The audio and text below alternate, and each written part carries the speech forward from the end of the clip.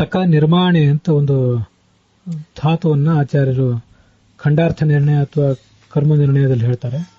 ಯೋ ವ್ಯತಿರಘಾಣಯತ್ ಅನ್ನುವ ಶಸ್ತ್ರ ಮಂತ್ರದ ಅರ್ಥವನ್ನು ಹೇಳುವಂಥ ಪ್ರಸಂಗ ಅದು. ಈಗ ನಮಗೆ ತಕ ಹಸನೆ ತಕಿ ಕೃಚ್ಛ ಜೀವನೆ ಗತೌಚ ಅಂತ ಹೀಗೆ ಧಾತು ಕಾಣಿಸ್ತದೆ. ತಕ ನಿರ್ಮಾಣಿ ಅಂತ ಕಾಣಿಸುವುದಿಲ್ಲ, ಬಿಟ್ಟು ಹೋಗಿದ್ದಿರಬೇಕು. ಅದನ್ನು ಆಚಾರ್ಯರು ಬೆಳಕಿಗೆ ತಂದು ಹೇಳಿದ್ದಾರೆ. ಅಲ್ಲಿ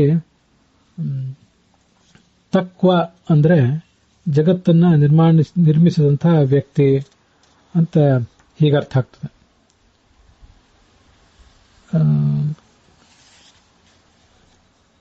ನವರ್ತವೇ ಪ್ರಸವ ಸರ್ಗತಕ್ತಃ,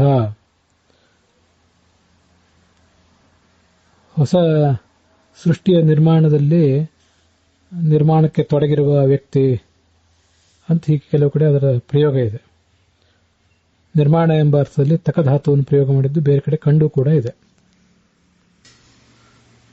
ಆ ವೇದ ಮಂತ್ರ ಯೋ ವ್ಯತೀನ್